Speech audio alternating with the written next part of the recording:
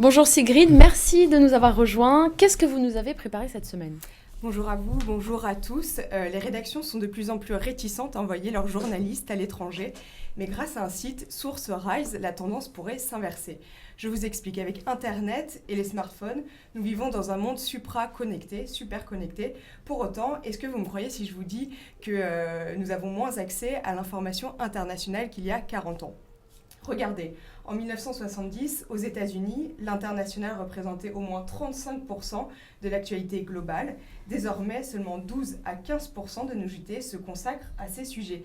Et en France, les chiffres sont équivalents. Pour quelles raisons ? En partie parce que les budgets consacrés au reportage ont été coupés. Les rédactions n'ont plus forcément les moyens d'envoyer tous leurs journalistes couvrir toutes les crises dans le monde. Alors c'est pourquoi, on va le voir à l'écran, Caroline Avakian a fondé l'année dernière SourceRise, une plateforme qui facilite le travail des journalistes sur le terrain. Elle met en relation des journalistes avec des experts ou des ONG implantées à travers le monde. Alors concrètement, les journalistes, photojournalistes ou blogueurs qui veulent rejoindre un pays en guerre ou en crise peuvent passer par cette start-up. Pour bénéficier d'une aide sur place, ils sont mis en relation avec des experts ou des ONG qui vont les éclairer sur le contexte. Mais SourceRise apporte également une aide matérielle avec, par exemple, la mise à disposition d'un hébergement sur place. L'inscription sur le site est gratuite. Elle est à destination des journalistes affectés dans une rédaction, mais également à ceux qui travaillent en freelance. Et on imagine que SourceRise a de l'avenir.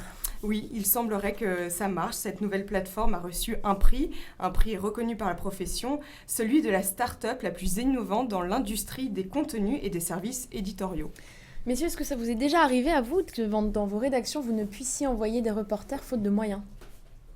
Alors, un match faute de moyens, non. Faute de sécurité, oui, bien sûr. D'accord. Donc, on a encore la chance d'avoir une rédaction importante et de pouvoir projeter des journalistes à l'étranger. Mais c'est vrai qu'on fait partie des rares rédactions qui ont encore cette capacité-là. Pareil, le service public a justement cette possibilité d'avoir la rédaction la plus importante du pays et les moyens donc d'envoyer des bureaux à l'étranger encore et les moyens d'envoyer sur place des équipes. Pas chez nous. Oui, mais en général, Absolument, dans les médias, c'est de plus en plus rare. Ça devient un peu un luxe. Merci infiniment, messieurs, d'avoir participé. Merci, Sigrid. On se retrouve mercredi prochain à la même heure, 12h30.